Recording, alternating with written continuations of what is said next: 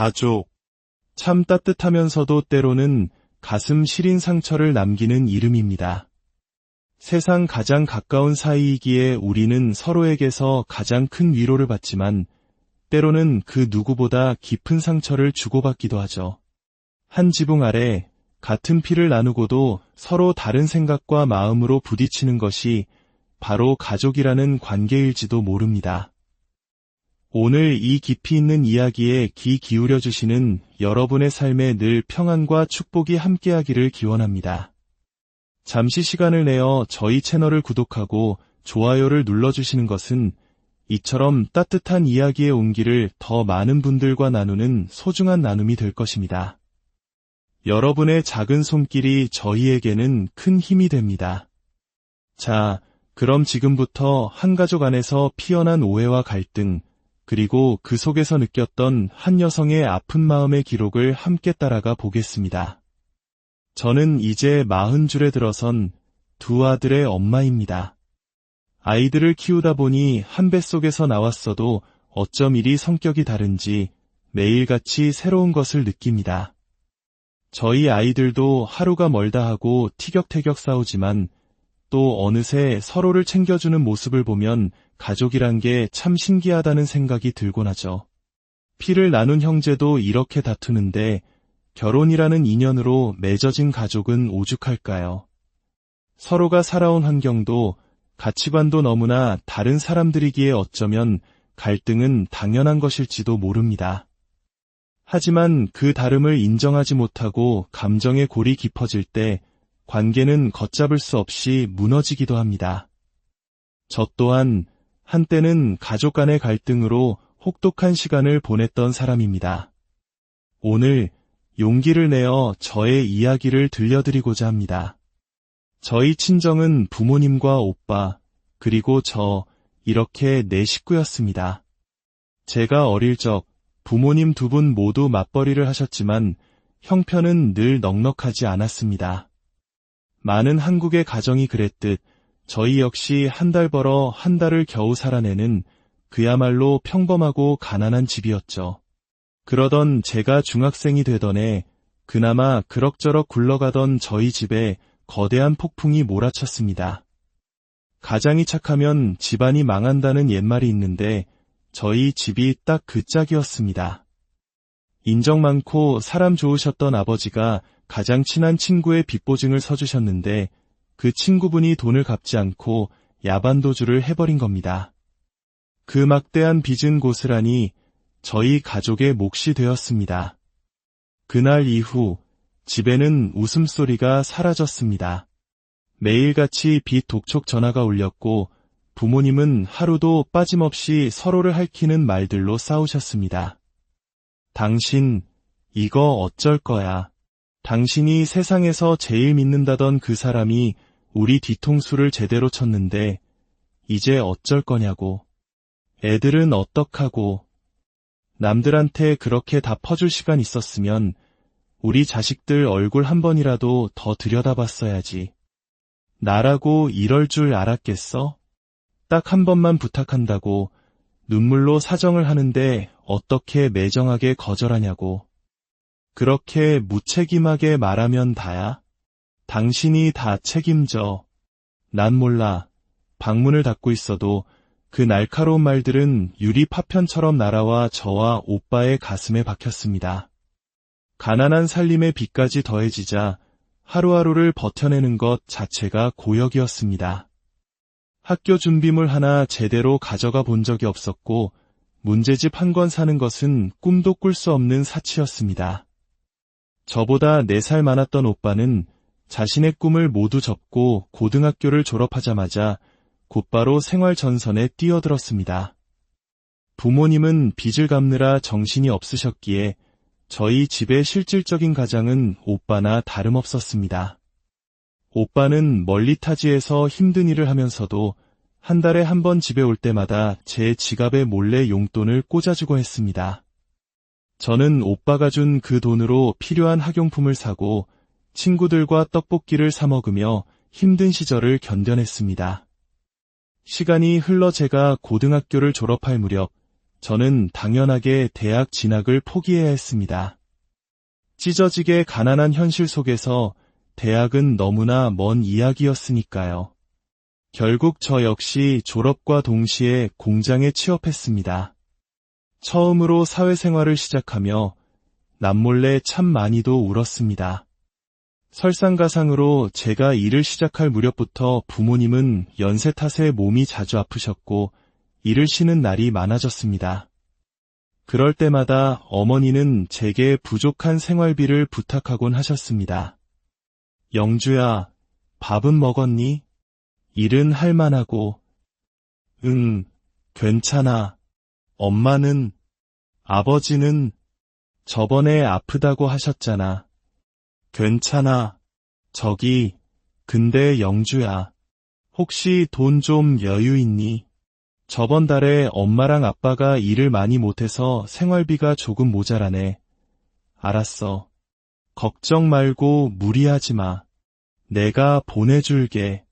몸 안 좋은데 괜히 일 나가지 말고 나한테 얘기해. 그래. 미안하다. 영주야. 엄마가 힘이 되어줘야 하는데 정말 미안하다. 늘 미안하다는 말로 끝나는 어머니와의 통화가 끝나면 저는 소리 죽여 눈물을 삼켰습니다. 가난이라는 것이 얼마나 지독한 것인지 아무리 발버둥 쳐도 벗어날 수 없는 굴레처럼 느껴졌습니다.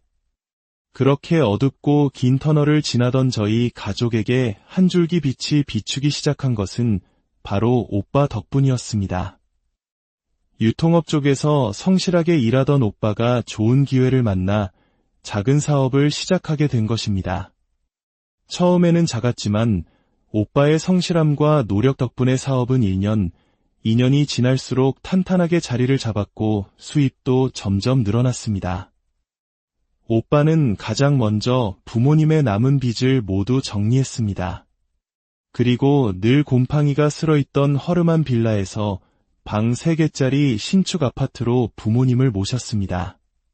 그날 새 집으로 이사하며 아버지는 오빠의 손을 잡고 아이처럼 우셨습니다. 영호야, 고맙다. 이 못난 애비가 너희한테 해준 것도 없는데 내 덕에 우리가 이런 좋은 집에서 다 살아보는구나. 정말 고맙다. 아니에요, 아버지. 이제 일도 좀 줄이시고 건강 챙기세요. 제가 2분 고생시키는 거 싫어서 지금까지 정말 열심히 살았어요. 우리 이제 여기서 행복하게 살아요. 그날은 저희 4 식구가 서로를 부둥켜 안고 한참을 울었던 잊을 수 없는 날입니다.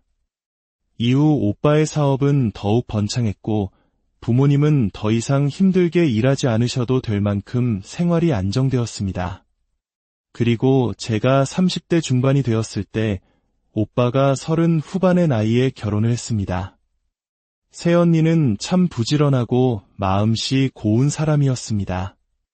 부모님을 모시고 살고 싶다는 오빠의 말에도 실은 내색 한 번 없이 모든 것을 따라주었죠. 가끔 친정에 갈 때마다 새언니는 제가 좋아하는 음식을 한 상 가득 차려놓고 저를 반겨주었습니다. 새언니는 어릴 적 부모님을 일찍 여의었는데 그런 새언니를 안쓰럽게 여긴 저희 어머니는 새언니를 친딸처럼 아끼고 대하셨습니다. 2 분은 정말 모녀 사이처럼 다정했고 저는 그 모습을 보며 저 또한 결혼하면 저런 고부관계를 이룰 수 있기를 꿈꿨습니다. 그러다 저도 30대 후반에 좋은 사람을 만나 결혼을 하게 되었습니다.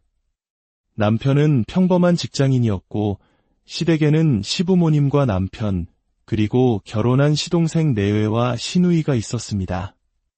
사실 저는 고등학교만 졸업하고 공장에 다녔기에 대학까지 나온 남편의 집에 저를 마음에 들어 하실까 걱정이 많았습니다.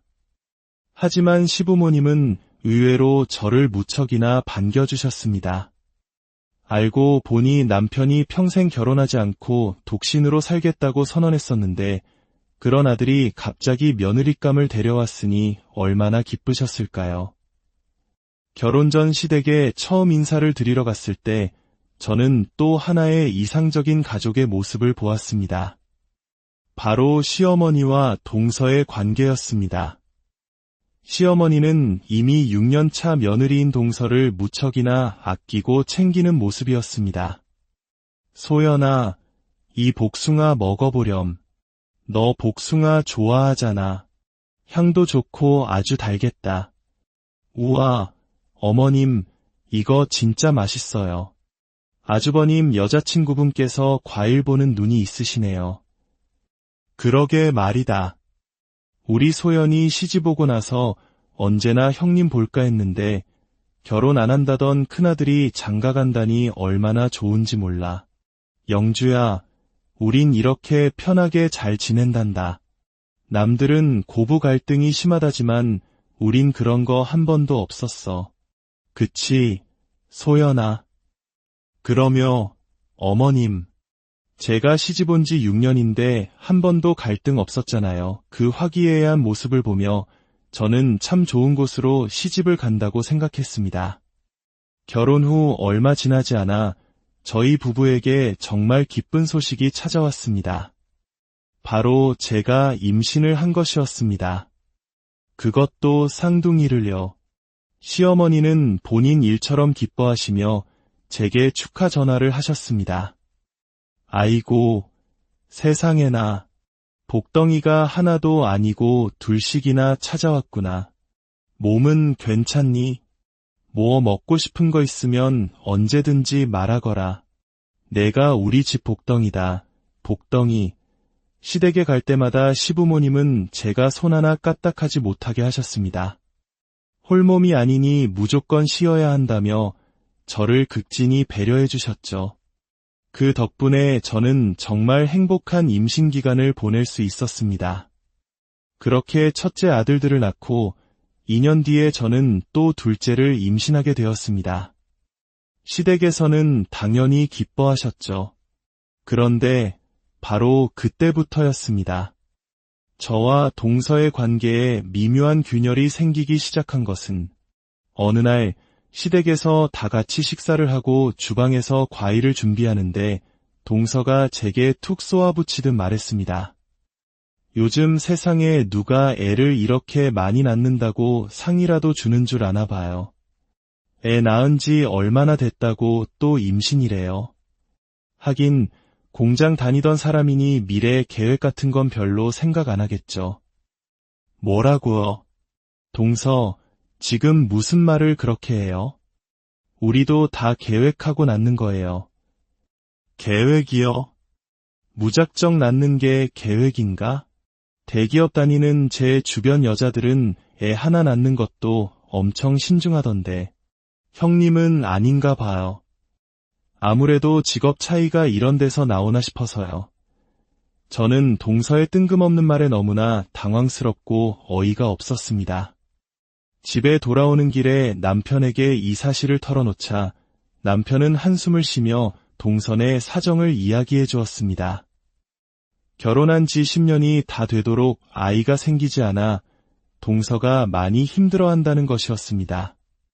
그 말을 듣고 나니 한편으로는 동서의 날카로운 마음이 이해가 되기도 했습니다. 저와 동서는 동갑이었고 노산에 접어드는 나이였으니까요. 그 후로 저는 동서 앞에서 아이 이야기를 꺼내지 않으려 조심했습니다. 하지만 제가 조심한다고 해서 시부모님의 행동까지 막을 수는 없었습니다. 시부모님의 모든 관심과 사랑은 손주들에게로 그리고 그 손주들을 낳아준 저에게로 쏠리기 시작했습니다. 한 번은 시어머니와 백화점에 가서 고가의 유모차와 아기용품을 잔뜩 사서 시댁으로 돌아왔는데 마침 동선애가 와 있었습니다. 시어머니는 신이 나서 쇼핑한 물건들을 거실에 펼쳐놓고 자랑하셨습니다. 이것 좀 보렴. 우리 손주들 쓸 거라 생각하니 안 살 수가 없더라. 너무 예쁘지? 남들이 쓰던 거 물려받아 쓰지 마라. 할미가 다 제일 좋은 걸로 해줄 테니까. 시어머니는 손주들이 태어나서 요즘 사는 게 너무 행복하다며 연신 웃으셨습니다. 하지만 그 모습을 지켜보는 동서의 표정은 돌처럼 굳어 있었습니다.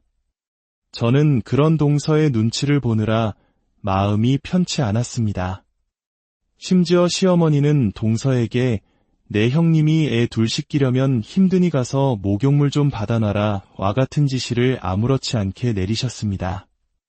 제가 하겠다고 해도 너는 백화점 돌아다니느라 피곤했으니 가만히 앉아 쉬어라 하시며 저만 챙기셨죠. 점점 시어머니의 편애는 노골적으로 변해갔고 그럴수록 동서는 소외감을 느끼며 마음의 문을 닫아버렸습니다.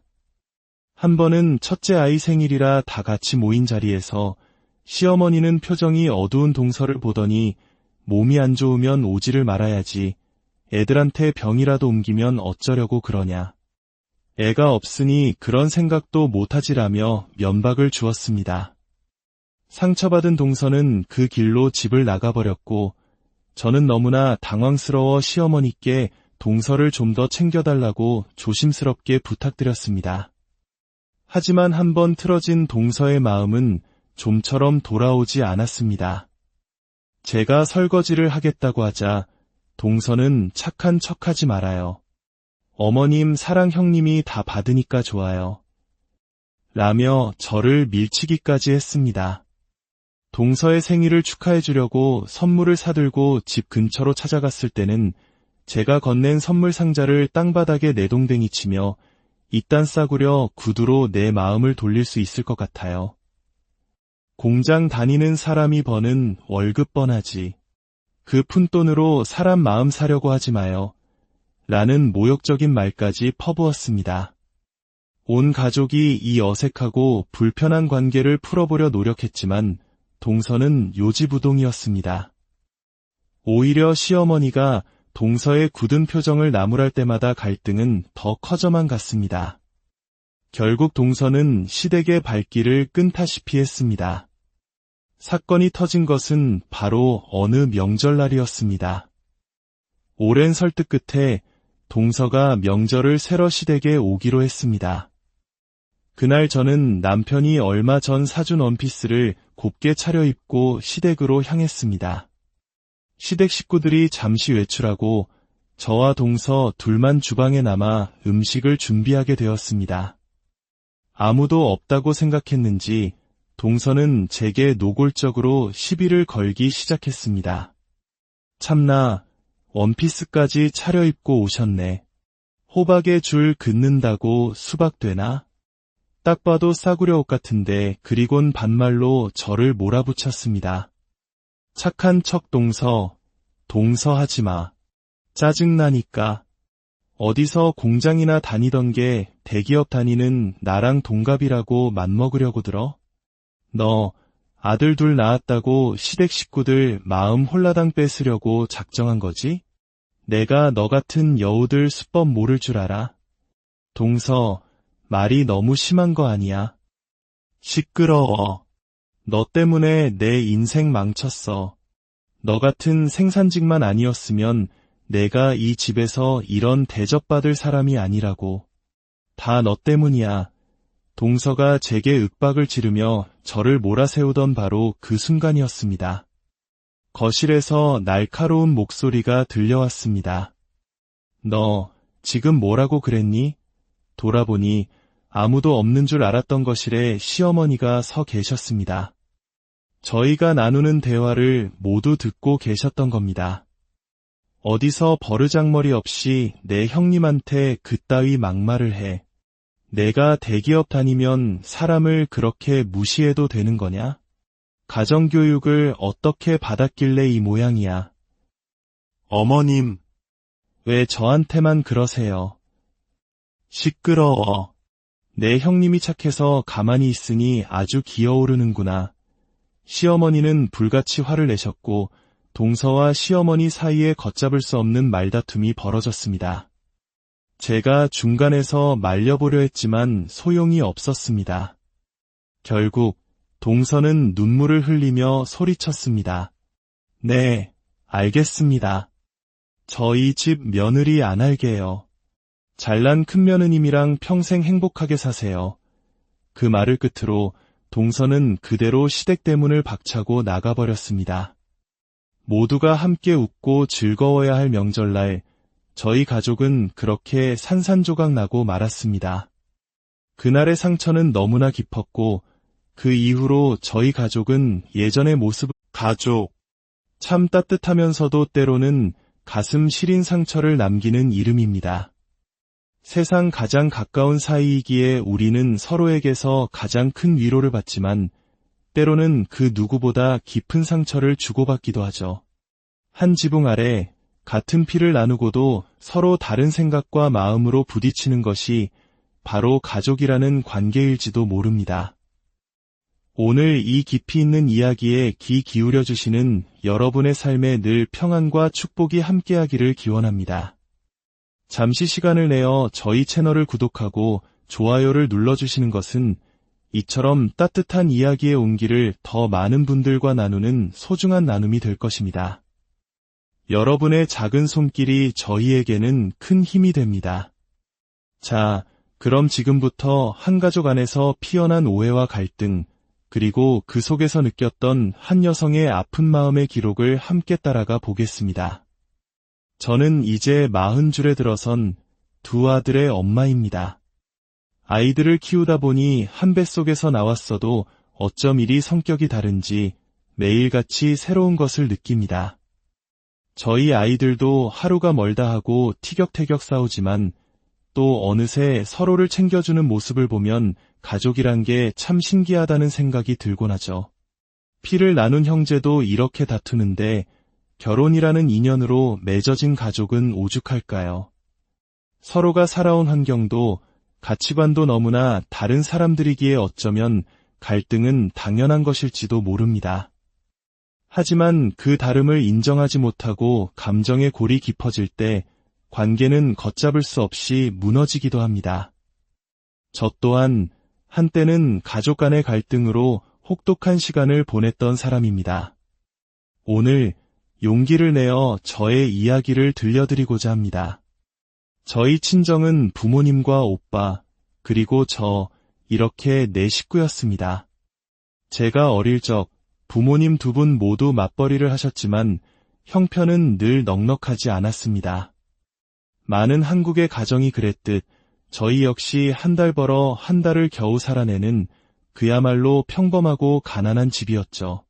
그러던 제가 중학생이 되던 해 그나마 그럭저럭 굴러가던 저희 집에 거대한 폭풍이 몰아쳤습니다.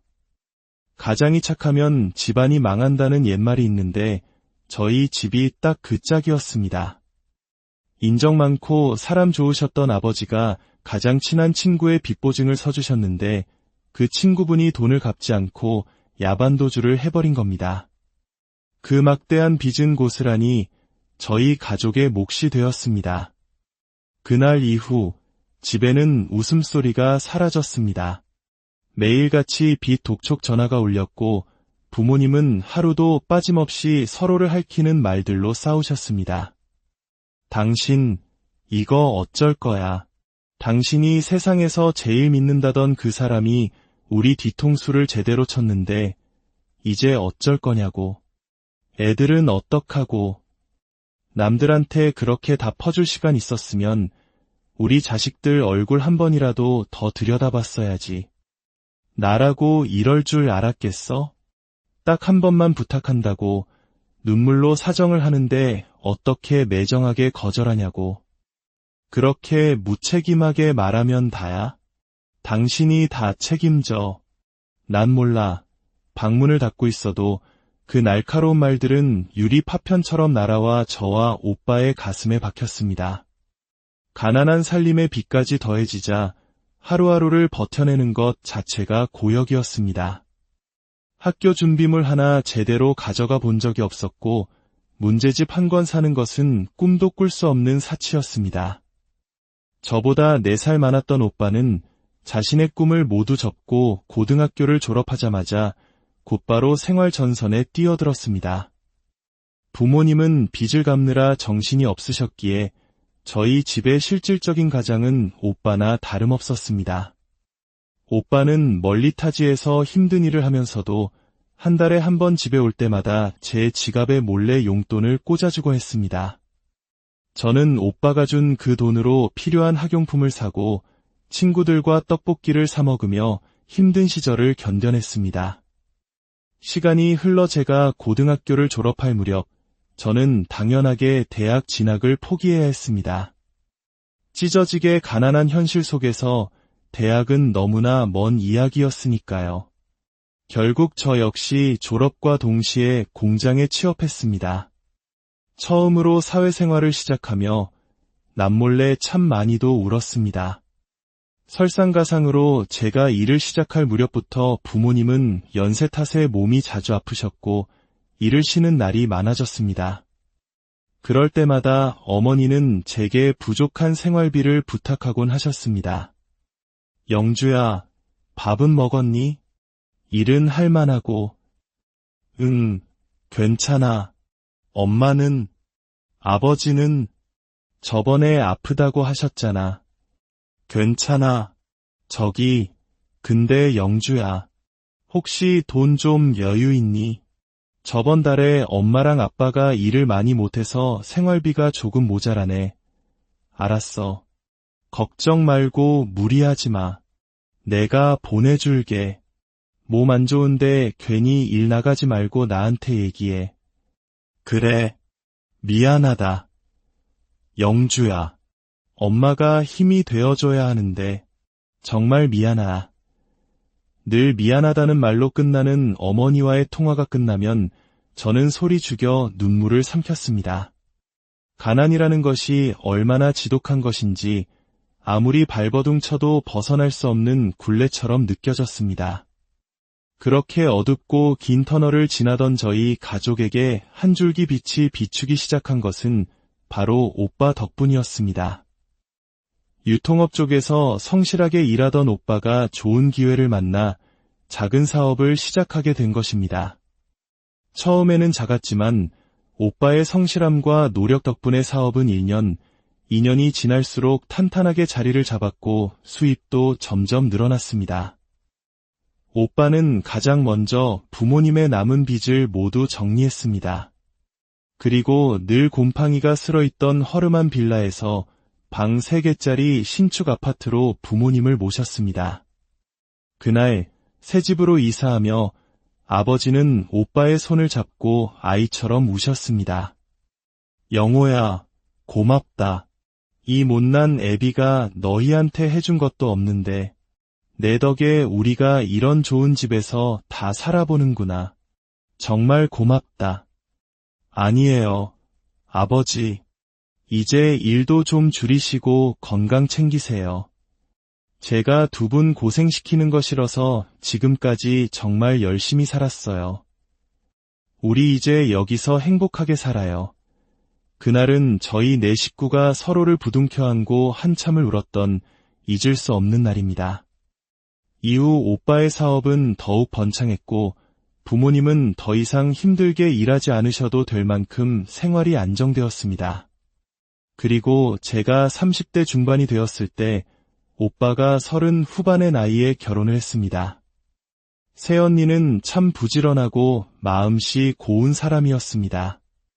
부모님을 모시고 살고 싶다는 오빠의 말에도 실은 내색 한 번 없이 모든 것을 따라주었죠. 가끔 친정에 갈 때마다 새언니는 제가 좋아하는 음식을 한 상 가득 차려놓고 저를 반겨주었습니다. 새언니는 어릴 적 부모님을 일찍 여의었는데 그런 새언니를 안쓰럽게 여긴 저희 어머니는 새언니를 친딸처럼 아끼고 대하셨습니다.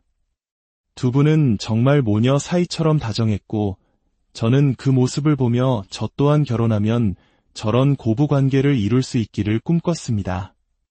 그러다 저도 30대 후반에 좋은 사람을 만나 결혼을 하게 되었습니다. 남편은 평범한 직장인이었고 시댁에는 시부모님과 남편, 그리고 결혼한 시동생 내외와 시누이가 있었습니다.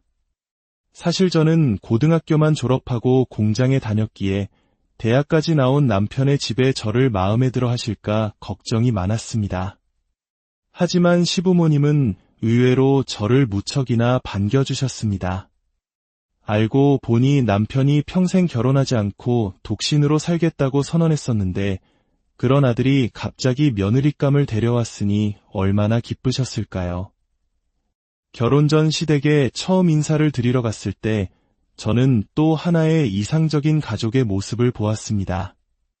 바로 시어머니와 동서의 관계였습니다. 시어머니는 이미 6년 차 며느리인 동서를 무척이나 아끼고 챙기는 모습이었습니다. 소연아, 이 복숭아 먹어보렴. 너 복숭아 좋아하잖아. 향도 좋고 아주 달겠다. 우와, 어머님, 이거 진짜 맛있어요. 아주버님 여자친구분께서 과일 보는 눈이 있으시네요. 그러게 말이다. 우리 소연이 시집 오고 나서 언제나 형님 볼까 했는데 결혼 안 한다던 큰아들이 장가 간다니 얼마나 좋은지 몰라. 영주야, 우린 이렇게 편하게 잘 지낸단다. 남들은 고부 갈등이 심하다지만 우린 그런 거 한 번도 없었어. 그치, 소연아. 그러며 어머님, 제가 시집 온 지 6년인데 한 번도 갈등 없었잖아요. 그 화기애애한 모습을 보며 저는 참 좋은 곳으로 시집을 간다고 생각했습니다. 결혼 후 얼마 지나지 않아 저희 부부에게 정말 기쁜 소식이 찾아왔습니다. 바로 제가 임신을 한 것이었습니다. 그것도 쌍둥이를요. 시어머니는 본인 일처럼 기뻐하시며 제게 축하 전화를 하셨습니다. 아이고, 세상에나, 복덩이가 하나도 아니고 둘씩이나 찾아왔구나. 몸은 괜찮니? 뭐 먹고 싶은 거 있으면 언제든지 말하거라. 내가 우리 집 복덩이다. 복덩이. 시댁에 갈 때마다 시부모님은 제가 손 하나 까딱하지 못하게 하셨습니다. 홀몸이 아니니 무조건 쉬어야 한다며 저를 극진히 배려해 주셨죠. 그 덕분에 저는 정말 행복한 임신 기간을 보낼 수 있었습니다. 그렇게 첫째 아들들을 낳고 2년 뒤에 저는 또 둘째를 임신하게 되었습니다. 시댁에서는 당연히 기뻐하셨죠. 그런데 바로 그때부터였습니다. 저와 동서의 관계에 미묘한 균열이 생기기 시작한 것은 어느 날 시댁에서 다 같이 식사를 하고 주방에서 과일을 준비하는데 동서가 제게 툭 쏘아붙이듯 말했습니다. 요즘 세상에 누가 애를 이렇게 많이 낳는다고 상이라도 주는 줄 아나 봐요. 애 낳은 지 얼마나 됐다고 또 임신이래요. 하긴 공장 다니던 사람이니 미래 계획 같은 건 별로 생각 안 하겠죠. 뭐라고요? 동서, 지금 무슨 말을 그렇게 해요? 우리도 다 계획하고 낳는 거예요. 계획이요? 무작정 낳는 게 계획인가? 대기업 다니는 제 주변 여자들은 애 하나 낳는 것도 엄청 신중하던데 형님은 아닌가 봐요. 아무래도 직업 차이가 이런 데서 나오나 싶어서요. 저는 동서의 뜬금없는 말에 너무나 당황스럽고 어이가 없었습니다. 집에 돌아오는 길에 남편에게 이 사실을 털어놓자 남편은 한숨을 쉬며 동선의 사정을 이야기해 주었습니다. 결혼한 지 10년이 다 되도록 아이가 생기지 않아 동서가 많이 힘들어한다는 것이었습니다. 그 말을 듣고 나니 한편으로는 동서의 날카로운 마음이 이해가 되기도 했습니다. 저와 동서는 동갑이었고 노산에 접어드는 나이였으니까요. 그 후로 저는 동서 앞에서 아이 이야기를 꺼내지 않으려 조심했습니다. 하지만 제가 조심한다고 해서 시부모님의 행동까지 막을 수는 없었습니다. 시부모님의 모든 관심과 사랑은 손주들에게로 그리고 그 손주들을 낳아준 저에게로 쏠리기 시작했습니다. 한 번은 시어머니와 백화점에 가서 고가의 유모차와 아기용품을 잔뜩 사서 시댁으로 돌아왔는데 마침 동선애가 와 있었습니다. 시어머니는 신이 나서 쇼핑한 물건들을 거실에 펼쳐놓고 자랑하셨습니다. 이것 좀 보렴. 우리 손주들 쓸 거라 생각하니 안 살 수가 없더라. 너무 예쁘지? 남들이 쓰던 거 물려받아 쓰지 마라. 할미가 다 제일 좋은 걸로 해줄 테니까. 시어머니는 손주들이 태어나서 요즘 사는 게 너무 행복하다며 연신 웃으셨습니다. 하지만 그 모습을 지켜보는 동서의 표정은 돌처럼 굳어 있었습니다. 저는 그런 동서의 눈치를 보느라 마음이 편치 않았습니다. 심지어 시어머니는 동서에게 내 형님이 애 둘 씻기려면 힘드니 가서 목욕물 좀 받아놔라 와 같은 지시를 아무렇지 않게 내리셨습니다. 제가 하겠다고 해도 너는 백화점 돌아다니느라 피곤했으니 가만히 앉아 쉬어라 하시며 저만 챙기셨죠. 점점 시어머니의 편애는 노골적으로 변해갔고 그럴수록 동서는 소외감을 느끼며 마음의 문을 닫아버렸습니다. 한 번은 첫째 아이 생일이라 다 같이 모인 자리에서 시어머니는 표정이 어두운 동서를 보더니 몸이 안 좋으면 오지를 말아야지. 애들한테 병이라도 옮기면 어쩌려고 그러냐. 애가 없으니 그런 생각도 못하지라며 면박을 주었습니다. 상처받은 동서는 그 길로 집을 나가버렸고 저는 너무나 당황스러워 시어머니께 동서를 좀 더 챙겨달라고 조심스럽게 부탁드렸습니다.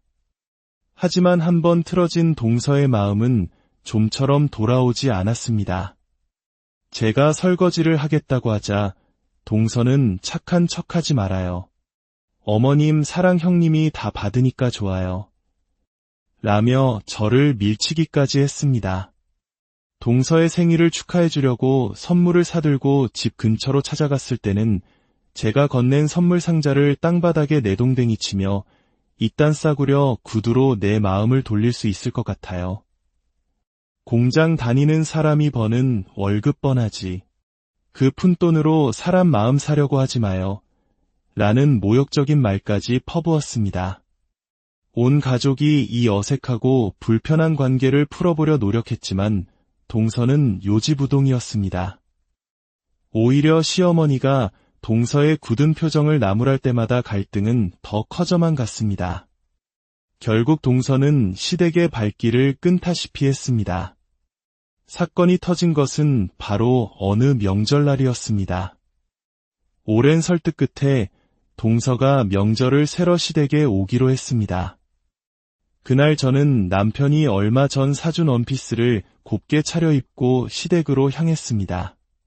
시댁 식구들이 잠시 외출하고 저와 동서 둘만 주방에 남아 음식을 준비하게 되었습니다. 아무도 없다고 생각했는지 동서는 제게 노골적으로 시비를 걸기 시작했습니다. 참나, 원피스까지 차려입고 오셨네. 호박에 줄 긋는다고 수박 되나? 딱 봐도 싸구려 옷 같은데 그리곤 반말로 저를 몰아붙였습니다. 착한 척 동서 하지마. 짜증나니까. 어디서 공장이나 다니던 게 대기업 다니는 나랑 동갑이라고 맘먹으려고 들어? 너 아들 둘 낳았다고 시댁 식구들 마음 홀라당 뺏으려고 작정한 거지? 내가 너 같은 여우들 수법 모를 줄 알아? 동서, 말이 너무 심한 거 아니야? 시끄러워. 너 때문에 내 인생 망쳤어. 너 같은 생산직만 아니었으면 내가 이 집에서 이런 대접받을 사람이 아니라고. 다 너 때문이야. 동서가 제게 윽박을 지르며 저를 몰아세우던 바로 그 순간이었습니다.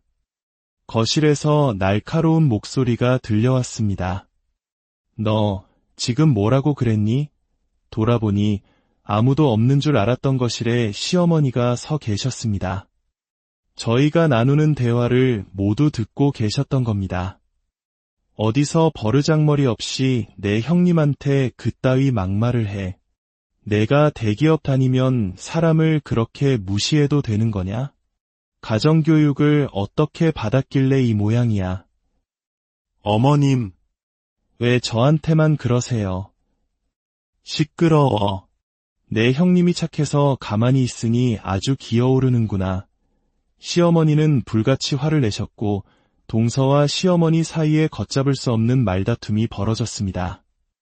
제가 중간에서 말려보려 했지만 소용이 없었습니다. 결국 동서는 눈물을 흘리며 소리쳤습니다. 네, 알겠습니다. 저희 집 며느리 안 할게요. 잘난 큰며느님이랑 평생 행복하게 사세요. 그 말을 끝으로 동서는 그대로 시댁대문을 박차고 나가버렸습니다. 모두가 함께 웃고 즐거워야 할 명절날, 저희 가족은 그렇게 산산조각 나고 말았습니다. 그날의 상처는 너무나 깊었고, 그 이후로 저희 가족은 예전의 모습, 가족. 참 따뜻하면서도 때로는 가슴 시린 상처를 남기는 이름입니다. 세상 가장 가까운 사이이기에 우리는 서로에게서 가장 큰 위로를 받지만, 때로는 그 누구보다 깊은 상처를 주고받기도 하죠. 한 지붕 아래 같은 피를 나누고도 서로 다른 생각과 마음으로 부딪히는 것이 바로 가족이라는 관계일지도 모릅니다. 오늘 이 깊이 있는 이야기에 귀 기울여 주시는 여러분의 삶에 늘 평안과 축복이 함께하기를 기원합니다. 잠시 시간을 내어 저희 채널을 구독하고 좋아요를 눌러주시는 것은 이처럼 따뜻한 이야기의 온기를 더 많은 분들과 나누는 소중한 나눔이 될 것입니다. 여러분의 작은 손길이 저희에게는 큰 힘이 됩니다. 자, 그럼 지금부터 한 가족 안에서 피어난 오해와 갈등, 그리고 그 속에서 느꼈던 한 여성의 아픈 마음의 기록을 함께 따라가 보겠습니다. 저는 이제 40줄에 들어선 두 아들의 엄마입니다. 아이들을 키우다 보니 한 뱃속에서 나왔어도 어쩜 이리 성격이 다른지 매일같이 새로운 것을 느낍니다. 저희 아이들도 하루가 멀다 하고 티격태격 싸우지만 또 어느새 서로를 챙겨주는 모습을 보면 가족이란 게 참 신기하다는 생각이 들곤 하죠. 피를 나눈 형제도 이렇게 다투는데 결혼이라는 인연으로 맺어진 가족은 오죽할까요? 서로가 살아온 환경도 가치관도 너무나 다른 사람들이기에 어쩌면 갈등은 당연한 것일지도 모릅니다. 하지만 그 다름을 인정하지 못하고 감정의 골이 깊어질 때 관계는 걷잡을 수 없이 무너지기도 합니다. 저 또한 한때는 가족 간의 갈등으로 혹독한 시간을 보냈던 사람입니다. 오늘 용기를 내어 저의 이야기를 들려드리고자 합니다. 저희 친정은 부모님과 오빠, 그리고 저, 이렇게 4식구였습니다. 제가 어릴 적 부모님 두 분 모두 맞벌이를 하셨지만 형편은 늘 넉넉하지 않았습니다. 많은 한국의 가정이 그랬듯 저희 역시 한 달 벌어 한 달을 겨우 살아내는 그야말로 평범하고 가난한 집이었죠. 그러던 제가 중학생이 되던 해 그나마 그럭저럭 굴러가던 저희 집에 거대한 폭풍이 몰아쳤습니다. 가장이 착하면 집안이 망한다는 옛말이 있는데 저희 집이 딱 그 짝이었습니다.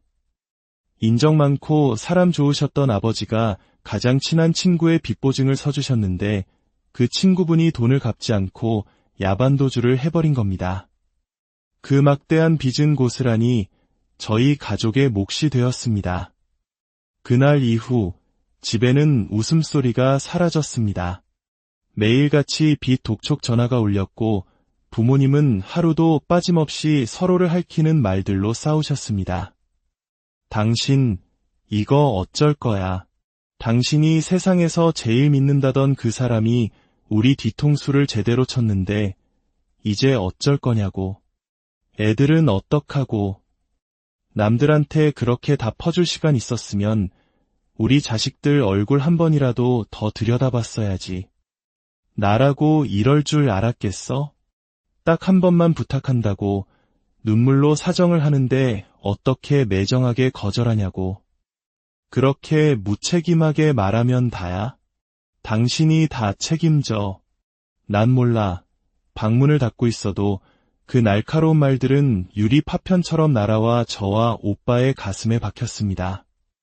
가난한 살림의 빚까지 더해지자 하루하루를 버텨내는 것 자체가 고역이었습니다. 학교 준비물 하나 제대로 가져가 본 적이 없었고 문제집 한 권 사는 것은 꿈도 꿀 수 없는 사치였습니다.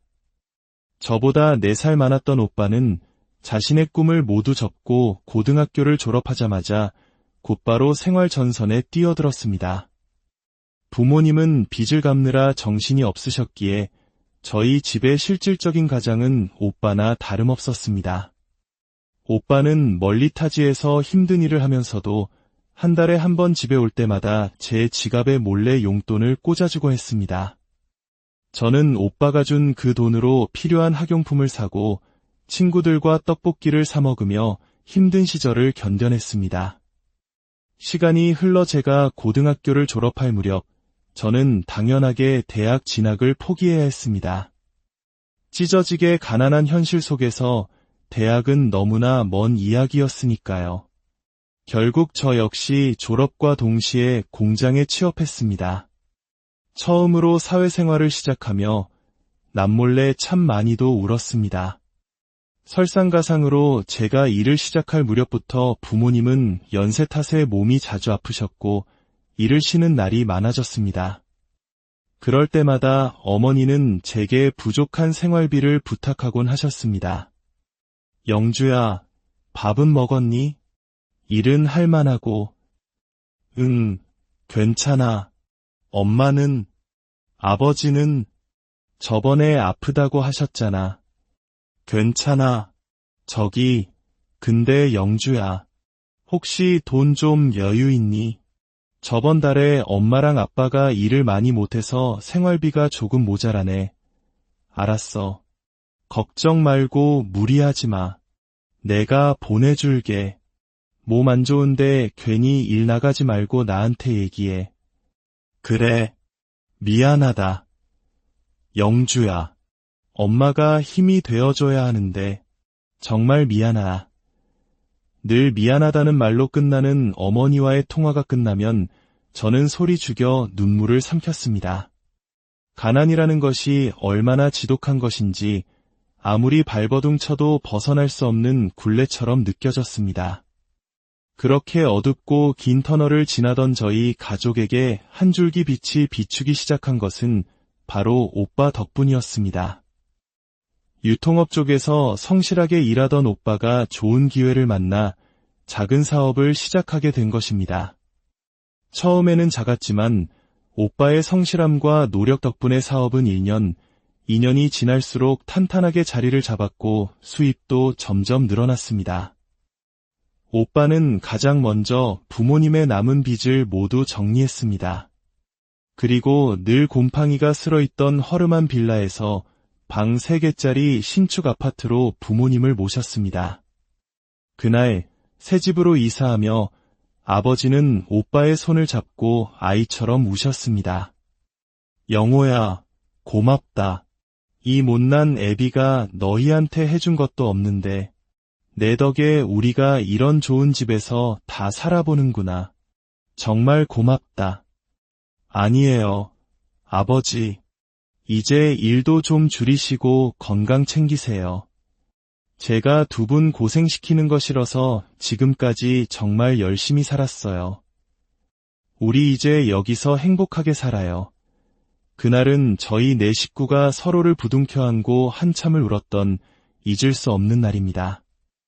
이후 오빠의 사업은 더욱 번창했고 부모님은 더 이상 힘들게 일하지 않으셔도 될 만큼 생활이 안정되었습니다. 그리고 제가 30대 중반이 되었을 때 오빠가 30 후반의 나이에 결혼을 했습니다. 새언니는 참 부지런하고 마음씨 고운 사람이었습니다. 부모님을 모시고 살고 싶다는 오빠의 말에도 실은 내색 한 번 없이 모든 것을 따라주었죠. 가끔 친정에 갈 때마다 새언니는 제가 좋아하는 음식을 한 상 가득 차려놓고 저를 반겨주었습니다. 새언니는 어릴 적 부모님을 일찍 여의었는데 그런 새언니를 안쓰럽게 여긴 저희 어머니는 새언니를 친딸처럼 아끼고 대하셨습니다. 2 분은 정말 모녀 사이처럼 다정했고 저는 그 모습을 보며 저 또한 결혼하면 저런 고부관계를 이룰 수 있기를 꿈꿨습니다. 그러다 저도 30대 후반에 좋은 사람을 만나 결혼을 하게 되었습니다. 남편은 평범한 직장인이었고 시댁에는 시부모님과 남편, 그리고 결혼한 시동생 내외와 시누이가 있었습니다. 사실 저는 고등학교만 졸업하고 공장에 다녔기에 대학까지 나온 남편의 집에 저를 마음에 들어 하실까 걱정이 많았습니다. 하지만 시부모님은 의외로 저를 무척이나 반겨주셨습니다. 알고 보니 남편이 평생 결혼하지 않고 독신으로 살겠다고 선언했었는데 그런 아들이 갑자기 며느리감을 데려왔으니 얼마나 기쁘셨을까요? 결혼 전 시댁에 처음 인사를 드리러 갔을 때 저는 또 하나의 이상적인 가족의 모습을 보았습니다. 바로 시어머니와 동서의 관계였습니다. 시어머니는 이미 6년 차 며느리인 동서를 무척이나 아끼고 챙기는 모습이었습니다. 소연아, 이 복숭아 먹어보렴. 너 복숭아 좋아하잖아. 향도 좋고 아주 달겠다. 우와, 어머님, 이거 진짜 맛있어요. 아주버님 여자친구분께서 과일 보는 눈이 있으시네요. 그러게 말이다. 우리 소연이 시집 오고 나서 언제나 형님 볼까 했는데 결혼 안 한다던 큰아들이 장가 간다니 얼마나 좋은지 몰라. 영주야, 우린 이렇게 편하게 잘 지낸단다. 남들은 고부 갈등이 심하다지만 우린 그런 거 한 번도 없었어. 그치, 소연아. 그러며 어머님, 제가 시집 온 지 6년인데 한 번도 갈등 없었잖아요. 그 화기애애한 모습을 보며 저는 참 좋은 곳으로 시집을 간다고 생각했습니다. 결혼 후 얼마 지나지 않아 저희 부부에게 정말 기쁜 소식이 찾아왔습니다. 바로 제가 임신을 한 것이었습니다. 그것도 쌍둥이를요. 시어머니는 본인 일처럼 기뻐하시며 제게 축하 전화를 하셨습니다. 아이고, 세상에나, 복덩이가 하나도 아니고 둘씩이나 찾아왔구나. 몸은 괜찮니? 뭐 먹고 싶은 거 있으면 언제든지 말하거라. 내가 우리 집 복덩이다. 복덩이. 시댁에 갈 때마다 시부모님은 제가 손 하나 까딱하지 못하게 하셨습니다. 홀몸이 아니니 무조건 쉬어야 한다며 저를 극진히 배려해 주셨죠. 그 덕분에 저는 정말 행복한 임신 기간을 보낼 수 있었습니다. 그렇게 첫째 아들들을 낳고 2년 뒤에 저는 또 둘째를 임신하게 되었습니다. 시댁에서는 당연히 기뻐하셨죠. 그런데 바로 그때부터였습니다. 저와 동서의 관계에 미묘한 균열이 생기기 시작한 것은 어느 날 시댁에서 다 같이 식사를 하고 주방에서 과일을 준비하는데 동서가 제게 툭 쏘아붙이듯 말했습니다. 요즘 세상에 누가 애를 이렇게 많이 낳는다고 상이라도 주는 줄 아나 봐요. 애 낳은 지 얼마나 됐다고 또 임신이래요. 하긴 공장 다니던 사람이니 미래 계획 같은 건 별로 생각 안 하겠죠. 뭐라고요? 동서, 지금 무슨 말을 그렇게 해요? 우리도 다 계획하고 낳는 거예요. 계획이요? 무작정 낳는 게 계획인가? 대기업 다니는 제 주변 여자들은 애 하나 낳는 것도 엄청 신중하던데 형님은 아닌가 봐요. 아무래도 직업 차이가 이런 데서 나오나 싶어서요. 저는 동서의 뜬금없는 말에 너무나 당황스럽고 어이가 없었습니다. 집에 돌아오는 길에 남편에게 이 사실을 털어놓자 남편은 한숨을 쉬며 동선의 사정을 이야기해 주었습니다. 결혼한 지 10년이 다 되도록 아이가 생기지 않아 동서가 많이 힘들어한다는 것이었습니다. 그 말을 듣고 나니 한편으로는 동서의 날카로운 마음이 이해가 되기도 했습니다. 저와 동서는 동갑이었고 노산에 접어드는 나이였으니까요. 그 후로 저는 동서 앞에서 아이 이야기를 꺼내지 않으려 조심했습니다. 하지만 제가 조심한다고 해서 시부모님의 행동까지 막을 수는 없었습니다. 시부모님의 모든 관심과 사랑은 손주들에게로 그리고 그 손주들을 낳아준 저에게로 쏠리기 시작했습니다. 한 번은 시어머니와 백화점에 가서 고가의 유모차와 아기용품을 잔뜩 사서 시댁으로 돌아왔는데 마침 동선애가 와 있었습니다. 시어머니는 신이 나서 쇼핑한 물건들을 거실에 펼쳐놓고 자랑하셨습니다. 이것 좀 보렴. 우리 손주들 쓸 거라 생각하니 안 살 수가 없더라. 너무 예쁘지? 남들이 쓰던 거 물려받아 쓰지 마라. 할미가 다 제일 좋은 걸로 해줄 테니까. 시어머니는 손주들이 태어나서 요즘 사는 게 너무 행복하다며 연신 웃으셨습니다. 하지만 그 모습을 지켜보는 동서의 표정은 돌처럼 굳어 있었습니다. 저는 그런 동서의 눈치를 보느라 마음이 편치 않았습니다. 심지어 시어머니는 동서에게 내 형님이 애 둘 시키려면 힘드니 가서 목욕물 좀 받아놔라 와 같은 지시를 아무렇지 않게 내리셨습니다. 제가 하겠다고 해도 너는 백화점 돌아다니느라 피곤했으니 가만히 앉아 쉬어라 하시며 저만 챙기셨죠. 점점 시어머니의 편애는 노골적으로 변해갔고 그럴수록 동서는 소외감을 느끼며 마음의 문을 닫아버렸습니다. 한 번은 첫째 아이 생일이라 다 같이 모인 자리에서 시어머니는 표정이 어두운 동서를 보더니 몸이 안 좋으면 오지를 말아야지. 애들한테 병이라도 옮기면 어쩌려고 그러냐. 애가 없으니 그런 생각도 못하지라며 면박을 주었습니다. 상처받은 동서는 그 길로 집을 나가버렸고 저는 너무나 당황스러워 시어머니께 동서를 좀 더 챙겨달라고 조심스럽게 부탁드렸습니다. 하지만 한번 틀어진 동서의 마음은 좀처럼 돌아오지 않았습니다. 제가 설거지를 하겠다고 하자 동서는 착한 척하지 말아요. 어머님 사랑 형님이 다 받으니까 좋아요. 라며 저를 밀치기까지 했습니다. 동서의 생일을 축하해 주려고 선물을 사들고 집 근처로 찾아갔을 때는 제가 건넨 선물 상자를 땅바닥에 내동댕이 치며 이딴 싸구려 구두로 내 마음을 돌릴 수 있을 것 같아요. 공장 다니는 사람이 버는 월급 뻔하지. 그 푼돈으로 사람 마음 사려고 하지 마요. 라는 모욕적인 말까지 퍼부었습니다. 온 가족이 이 어색하고 불편한 관계를 풀어보려 노력했지만 동서는 요지부동이었습니다. 오히려 시어머니가 동서의 굳은 표정을 나무랄 때마다 갈등은 더 커져만 갔습니다. 결국 동서는 시댁의 발길을 끈다시피 했습니다. 사건이 터진 것은 바로 어느 명절날이었습니다. 오랜 설득 끝에 동서가 명절을 새러 시댁에 오기로 했습니다. 그날 저는 남편이 얼마 전 사준 원피스를 곱게 차려입고 시댁으로 향했습니다. 시댁 식구들이 잠시 외출하고 저와 동서 둘만 주방에 남아 음식을 준비하게 되었습니다. 아무도 없다고 생각했는지 동서는 제게 노골적으로 시비를 걸기 시작했습니다.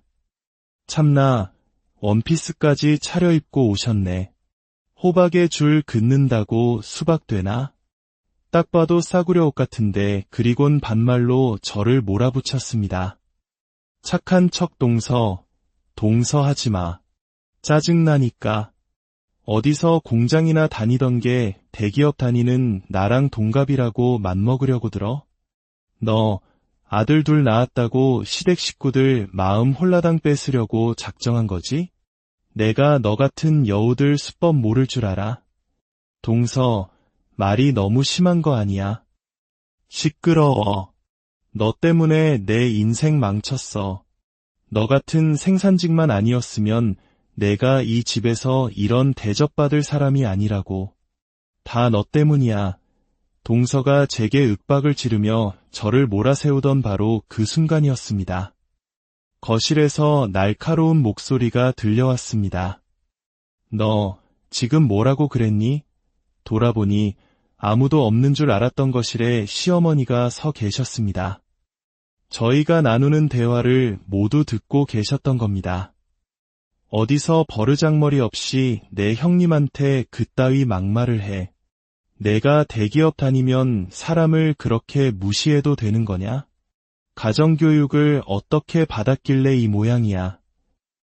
어머님, 왜 저한테만 그러세요? 시끄러워.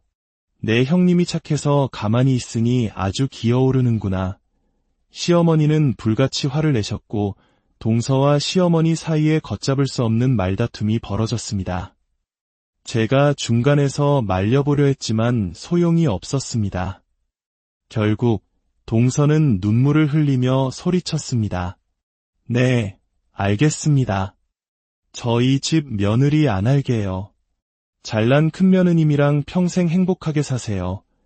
그 말을 끝으로 동서는 그대로 시댁대문을 박차고 나가버렸습니다. 모두가 함께 웃고 즐거워야 할 명절날